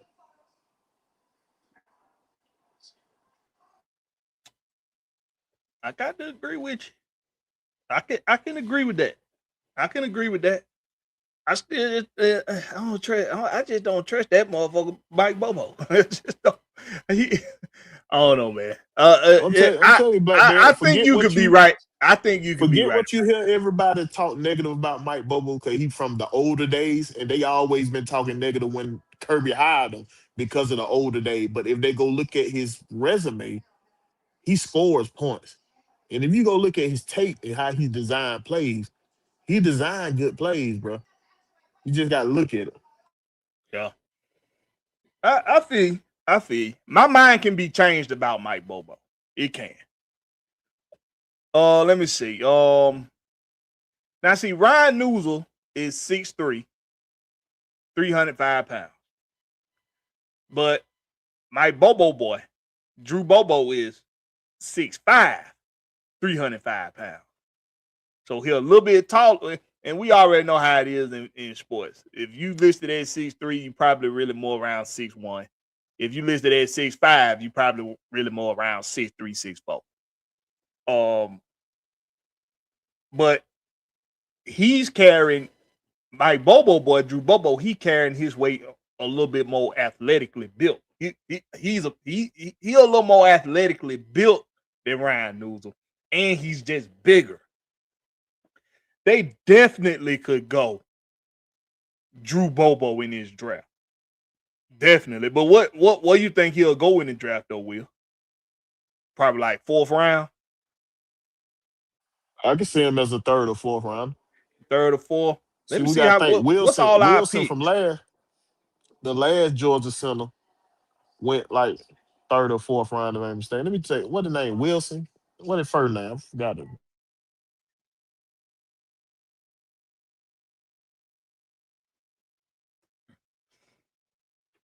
All right, we got a set. Okay, we got plenty of picks. Now we got a 2nd, a 3rd, a 4th, and a 6th, and a 7th. So we can do some. Now I wouldn't trade no draft picks this year. I wouldn't trade now one of them. If we want to do a trade and it involves picks, unless it's gonna be somebody like all right, so Jared Wilson went in 3rd round. So I can see Drew Bobo Wilson going in the 3rd and 4th round. He goes 3rd or 4th, right? Yeah, I can see So I can see him going 3rd and 4th. We could probably get him with that 79th pick. Yeah, we could. Plus, he Probably coming could. off a little injury, so teams might be hesitant on that. So he might fall in our hand. What's the injury? He had a little ankle injury or something. Okay. I think it was an ankle injury. Matter Okay. of fact, let me look it up. I'll get back with If Ghost Pebbles, if we can get that if we can get Drew Bobo, I definitely get that center in the draft and make him and let him and News go, duke it out for it in training camp. And News will probably win the job because he's been reliable. And even if Drew Bobo was to have a good training camp, they'll probably still give it to Newsel because of the camaraderie he already got with the other offensive linemen. The communication and all that and the chemistry. As well as whether it's gonna be Kirk Cousins or whether it's gonna be Michael Penix, there's chemistry and camaraderie already there that's already been built. But we'll be able to develop a young center though. And Ryan Newsom, he's a little bit bigger than what I expected. I thought he was more like 6'1", 300 pounds. I thought he was a little round bowling ball looking motherfucker. But he is 6'3". He is 6'3". So, They just got it as a lower leg injury. They didn't get that's all they said. Yeah, Oh shit, that just might be a little boo-boo then. That might just be a little boo-boo. That might just be a little boo-boo. But I can definitely see us doing that in the draft. In free agency, it's gonna be guys brought in to push Newsel anyway. But I don't see any. I haven't heard any names in free agency that I think that'll give him a run for his money. But one of these young guys coming out of college, like a guy from Georgia, like a center from Georgia, Alabama, Mississippi, Ole Miss, South Carolina. We talking about offensive linemen from them schools. They can come in the league and start right away. They absolutely can. That's what offensive linemen are bred. Ole Miss, Arkansas, they bred in them schools. So if we get a center, somebody like Drew Bobo in the third round, I can definitely see them coming in here and pushing Newsel and making him better, and also being able to groom them along the way and develop them for at least another season before they take over for him. But we can definitely get the running assignments done with the current personnel on the offensive line. Absolutely. The gap discipline runs, we can do the gap discipline runs as well as the outside zone scheme that we're accustomed to running with the offensive line we got. This is an athletic offensive line already, as it is. Caleb McGarry surprised a lot of y'all with his athleticism at offensive line. Y'all wasn't expecting that big joker to be able to move the way he was moving. Hopefully we getting him back with at 100%, and he can just pick up where he left off. Hopefully. I was thinking he was probably gonna be contemplating retirement because he dealing with a lot as far as health wise. He got the heart condition. He done been hurt numerous times. I was thinking he was probably gonna be thinking about calling it, hanging up his cleats, but we haven't heard anything of the such, not even close. So hopefully we get us a healthy Caleb McGarry back. He can pick up where he left off, and we got the offensive line to do what we need to do. We absolutely do. What's up with you, Eric? He say got caught cheating twice. He probably talking about Bill Belichick. All right, so we done spent the first hour and a half talking about the breaking news. I mean, it was expected. Ian Cunningham being the new general manager. Our boy Adam Schefter dropped it at 8:12 tonight. We started the show before then, so he knew somebody must have knew I was getting ready to talk some cash money shit. So they went in and said, hey, before Blakberry started talking shit, Let the people know that we done hired a GM. I guarantee you. I bet you somebody said that in the damn blank house. I bet you somebody did. I don't know. Maybe I'm giving myself too much credit. Let me believe what I want to believe. I can be in my own dreams. But he say Eric say he got caught cheating twice. So I'm assuming you're talking about Bill Belichick not making it into this year's Pro Football Hall of Fame. This got leaked out. This got leaked out by ESPN. And I was talking about this last night with the eye test. Man, we was up late. Doing some investigating, and we put on our Peaky Blinders. We put on our Peaky Blinders. That nigga be doing some long ass. I be on that bitch sleep on y'all. we was on last night, and we was out there. We was being Inspector Gadget last night, and before I start getting into it, Will, what was your thoughts when you heard that Bill Belichick wasn't gonna be making it first ballot? It's a joke. It was a joke. In that case, that means Brady can't make first ballot either. Because they both was in the cheating scandal. So what are you saying? If you gonna hold Bill Belichick for 1 year because he was in 2 cheating scandals, so you must gonna hold Tom Brady. You ain't got no choice. You gotta hold both of them. What Brady got? What 3 more seasons or 2 more seasons? How many? He been retired 2 years, right? Yeah. So Baker been in Tampa Bay. What? How many years? 2 seasons. Yeah. So yeah. So 3 more seasons. Baker been in Tampa Bay 3 years, ain't he? Is it 3? Hold on, let me look that up. I think it's 3.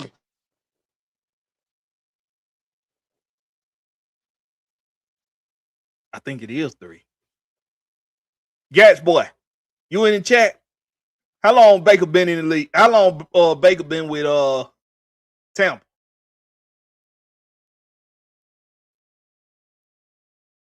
Yeah, he been 3 years, 23 to 25. That's 3 years. So Brady got 2 more seasons. He got 2 more seasons, yeah. Okay.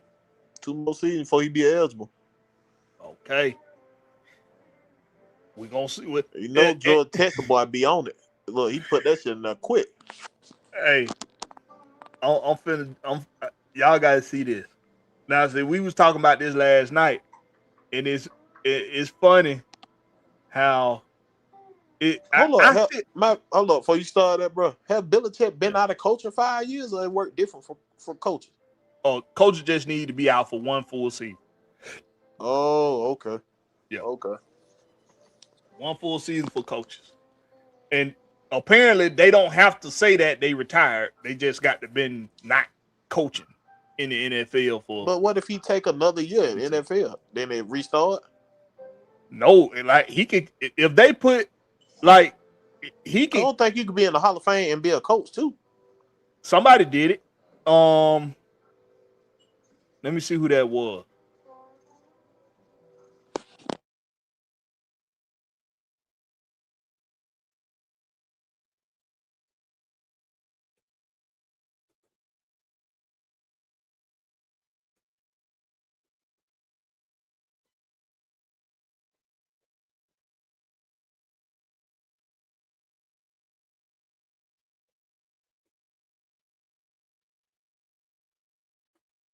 I think somebody did do that.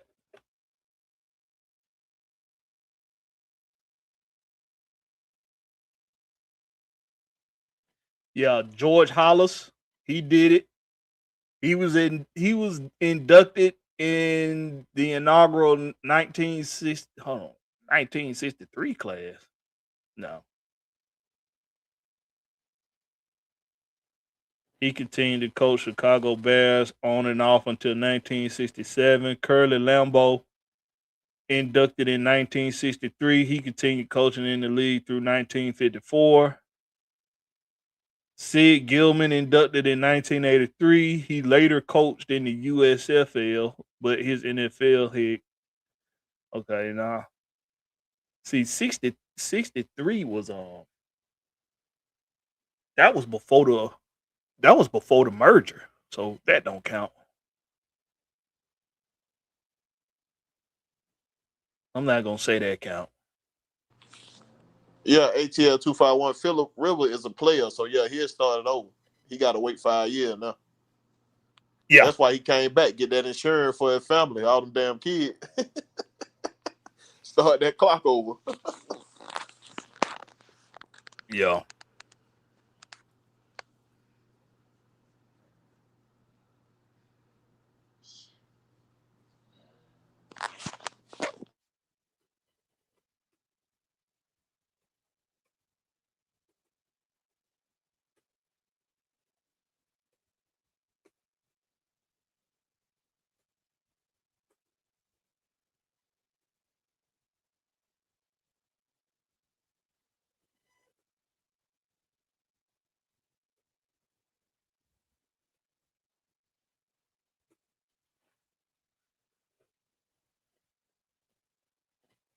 Yeah, I'm getting George Hollis. That's all I'm getting.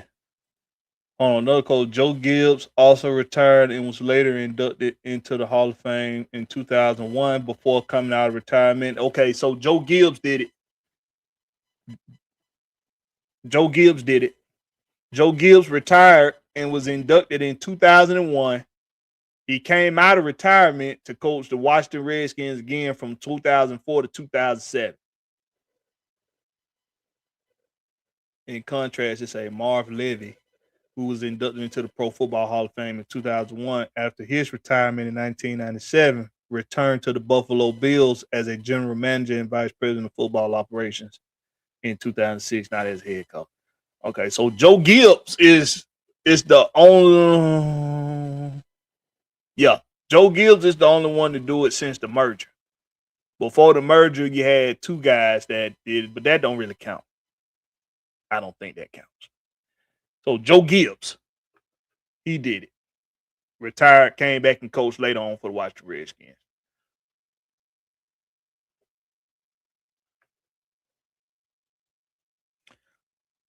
But yeah, if a coach isn't inducted in and then comes back to coaching the NFL, his one full season will start over. But he only need one full. Coaches only need one full season to be out of professional coaching to be inducted into the Pro Football Hall of Fame. And I think when they count pro head coaching, when they count pro coaching, they count all professional coaching, all professional football leagues. So that'd be CFL, USFL, NFL alike.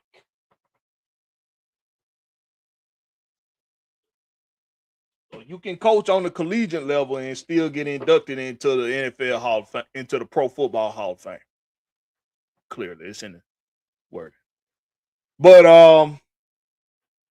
man, listen, the drama that's behind this snub induction, and it is a snub by no means. It's a snub. Bill Belichick should be a first ballot Hall of Famer, and I think most people agree on that. But I would be remiss to say that I don't understand it, because I do. I understand it. I understand why he's getting snubbed. I do. Do I agree with it? No, I don't agree with it, but I understand it. I would have voted him in. If I had a vote, if I was a part of the 50-person committee, I would have voted for Bill Belichick to be inducted into the Hall of Fame. But Polian, one of the guy last name Polian, one of the members on the 50-person committee. I think it was only 49 this year, but he was a part of the committee to do the voting. Polian, and Let me see if it's still pulled up here. I still got it pulled up here.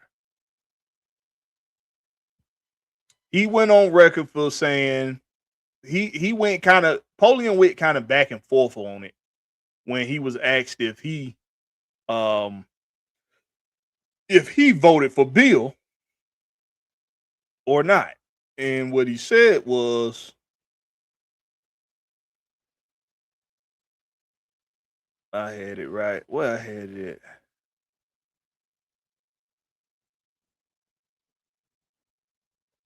Okay, I don't want to paraphrase what he said if I don't got it pulled up, but I had it pulled up last night. Shit, I don't went away from it. Let me see.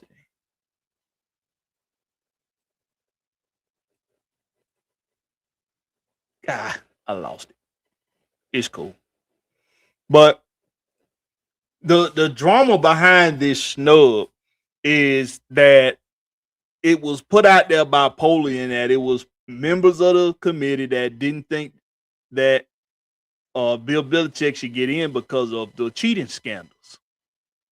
And there are bylaws within the criteria that suggest what would disqualify you for being, eligible to be put into the Pro Football Hall of Fame. And while we can't know the details of those bylaws, it's been put out there that they do exist. And it makes the criteria a little foggy for Bill Belichick and Tom Brady too. It makes the criteria a bit foggy. Spygate and Deflategate makes it a little bit foggy. And it was some other kind of damn gate. It was something else. But it does. So I understand it from that aspect. But if you're not, in my opinion, if they're not going to take championships away, if they're not going to take awards and all of that away, if they're not going to take these things away from them, you can't punish them for it after the fact. They were punished for being caught cheating, but part of the punishment didn't come along with stripping them of their winning titles. It didn't come with that. We've seen that in baseball where a team was stripped away from winning a championship. They were stripped their championship. So if you ain't gonna do that, you can't do it now. But this is all based off of individuals' votes, a part of this committee. And when you look at the people that's in this committee, it's some people in this committee that probably don't like Bill Belichick very much.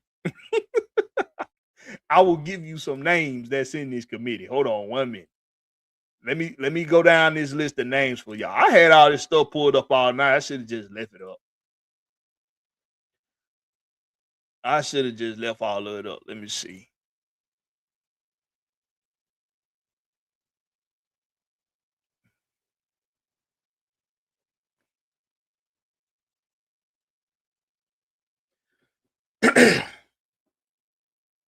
All right, so this is who the committee consists of. All right, you got 32 city representatives that represent each city that has a team in the NFL, a media member from each city. Our media member is, you guessed it, D. Orlando Ledbetter of the Atlanta Journal-Constitution. But you got 32 media representatives for the city. You got 17 at-large delegates. And at-large delegates are former players, former Hall of Famers,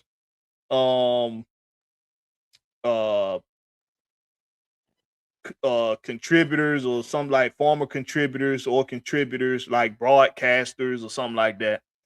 That's what makes up the at-large delegates. It's 17 of them, and it's one person from the PFWA, the professional writers of America, and that's Calvin Watkins. This year is Calvin Watkins of the Dallas Morning News. Now, this is a long list of people. There's 50 people, but there's some names in here that when I looked at the list of names that have been that are on record for saying that they did vote for Bill Belichick. Okay, it's 20.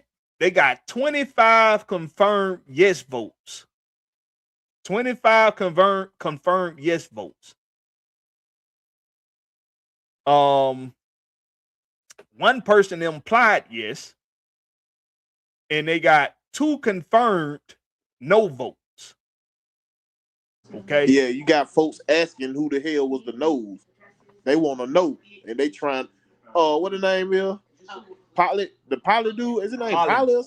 Pilot. He talking about he don't know if he said he don't know if he gave the voted yes or no. You know what you did. You wanted the nose, motherfucker. He's saying he voted yes. He wanted to know. He lied. Bill Polian saying he voted yes. Now he's saying he voted yes. But it's just some names on the list, man. And what I do, I'll share the screen with y'all. This will be the show and tell portion of the night. Man, I ain't know Jalen Johnson was out tonight, so we got about 4 people out tonight. That's why the Hawks losing tonight. Oh, I ain't even paying no attention. I ain't even paying the Hawks no attention tonight. I just checked in on. I was looking at them on ESPN. They down by 15. Look like it. Oh, okay. They playing Kevin Durant in the Houston Rockets. Yeah, they probably gonna lose tonight then. If they missing that many people. Yeah, cause you know Okonkwo got 3 teeth knocked out last night. Yeah, he got a mouth bust. Boy, that busted open, boy. Yeah. Shit, they probably would have lost with his ass anyway. Big sorry. They was on the 4-game winning streak. Yeah, I knew it. Okonkwo been balling now. Yeah, he's a good trade stock right now. They ain't gonna get rid of Okonkwo. They ain't getting rid of Okonkwo. They would have been got rid of. Shit, they need to. Big soft motherfucker, big soft ass, big Shaman Tisha motherfucker, big Huggies motherfucker, big Angel soft motherfucker, Snuggle. He might got him some tough points last night though. He didn't even try to fight. They didn't get up and try to go to the bat. No, he went to the free throw line before he went to the bat. He shot a free throw, then went on to the bat. Well, he had to because if you don't, Kobe Bryant. He did the Kobe Bryant. Yeah, you got to shoot your free throws or you relinquish the points. So, but if you're looking at the screen, these are the 25 confirmed yes votes. Now it's 50 votes, and in order to make it into the Pro Football Hall of Fame, you have to have 80% yes votes from the committee, which means only 10 people can vote no, and you still make it into the Pro Football Hall of Fame. So as of right now, we only got confirmation that half of the committee voted yes. And I'm willing to bet that the number is a lot larger than 11 that said no. I'm thinking it's somewhere more around 20. I'm sorry to laugh, but I mean, at the end of the day, it's the biggest award that a coach can get outside of winning a championship. Being put into the Hall of Fame is the only thing above winning a championship. It's the only thing above that because you're cemented in the history books of the NFL no matter what happened. You'll never be forgotten because you're a Hall of Famer. But at least half of these some bitches so far we can guess didn't vote for Bill Belichick to be a first ballot Hall of Famer. One of the names you don't see on this list is our good old buddy, old pal, D. Orlando Ledbetter.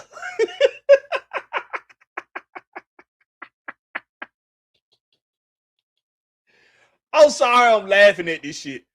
But D-Led ain't on the confirmed list. D-Led probably voted no. It's only 25. So it's a real good chance. It's a 50-50 chance that D-Led voted no. That's a good chance he voted no. And he represented Atlanta. And if the fans didn't like you already, D-Led, you just keep giving them more reasons not to like you. Now, you might have gained some cool points with some people that despise Bill Belichick in Atlanta, of course, for obvious reasons. But his name ain't on the list. Now, there's another name. There's two other names on this list. It's a young woman and a guy. A few people. It's a handful of people on this that's not on this confirmed list that I'm pretty sure got problems with Belichick. One of those names, and I'm not sure about if he got problems or Anna with Bill Belichick, but Tony Dungy name ain't on this list. Tony Dungy ain't on the list. And it's two.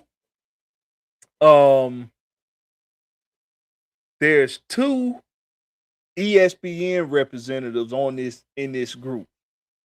Two of them.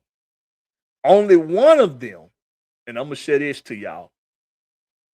Only one of them is on that confirmed list.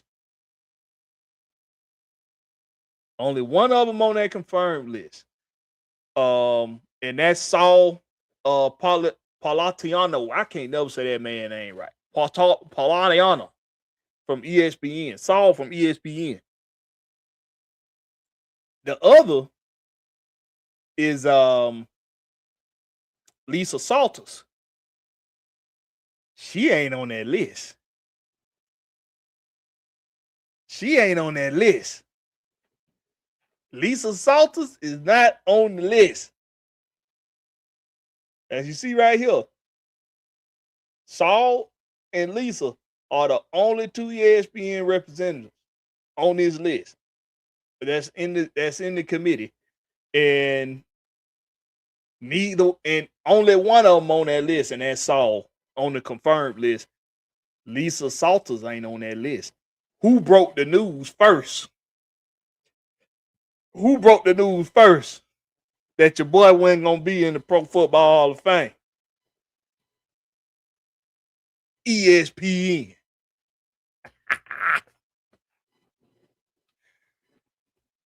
And sources say that that's who contacted him and was the first to ask him his thoughts on not being inducted into the Pro Football Hall of Fame. And that was when he was being privy to not being inducted into the Pro Football Hall of Fame.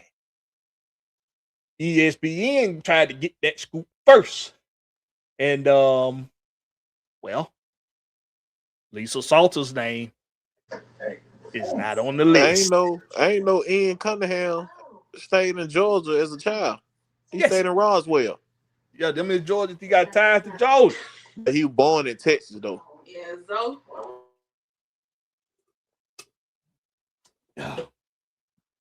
yeah, but Georgia is like he was born in Texas, but he was raised in Georgia. Yeah, Georgia. He when I adopted Georgia kids. When I adopted Georgia boys. Yeah, because he went back to Texas. He went to high school in Texas though. When I adopted Georgia boys. He just like Chris Bridges and Young Jeezy.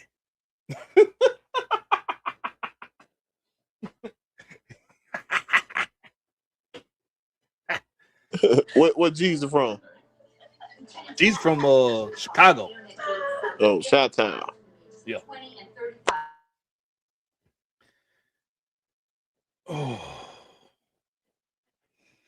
Hey, man.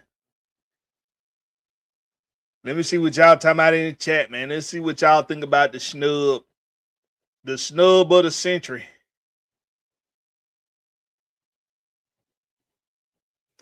ATL say, y'all thought you had to be out for 5 years before you could get Hall of Fame. That's for players.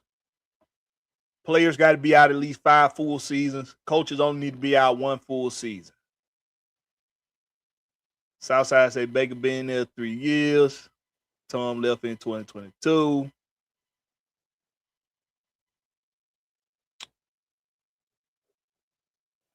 ATL say hypothetically, but what if Kirk and Raheem end up both at Arizona?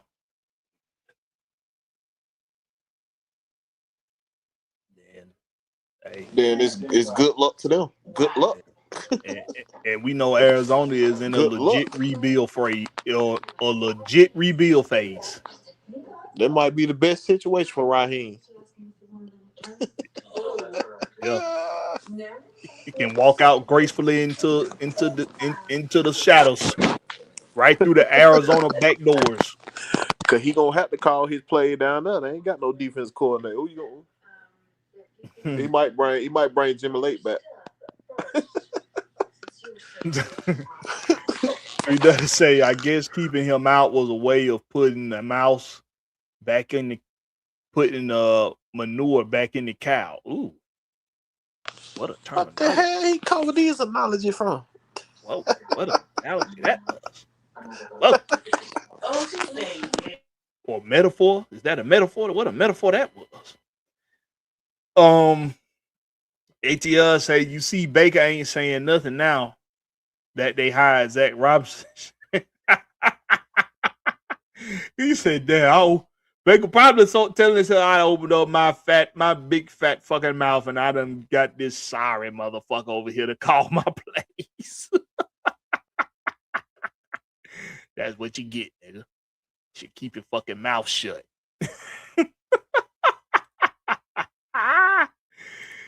Oh boy. All right, man. We appreciate y'all for coming through, man. Me and Big Will finna wrap this up, man. Big Will, go ahead and holler at him, man. Let them know where to find you and give them your last words, your last takes, whatever the case is. Let's get it out. Let's get her done. Well, I'm lucky. I was able to talk to y'all a little bit longer than I thought I was gonna be able to talk to y'all tonight. But man, y'all know, man. Follow me at on Twitter and on YouTube at Will the Georgia Reaper. Catch me on Wednesday nights on everything Atlanta Spoke. And whatever everything got going on, you know, if I got time and they drop the link, I'm in that thing. Y'all already know, man. Yes, sir.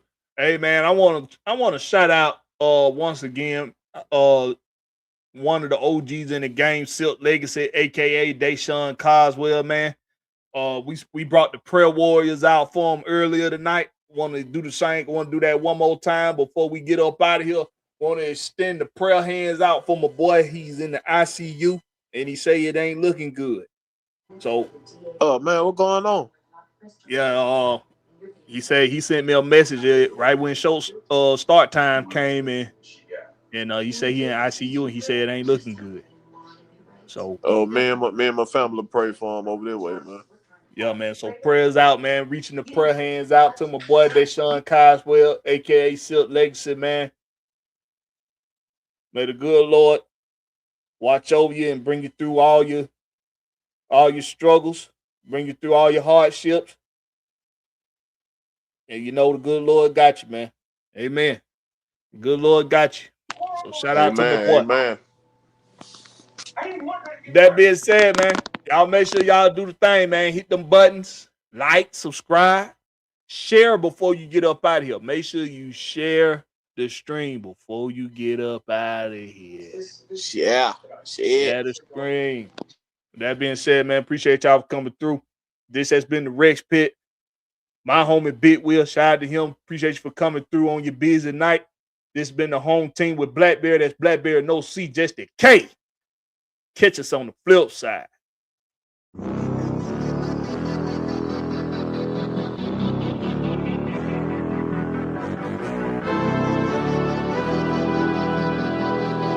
night ride on the track.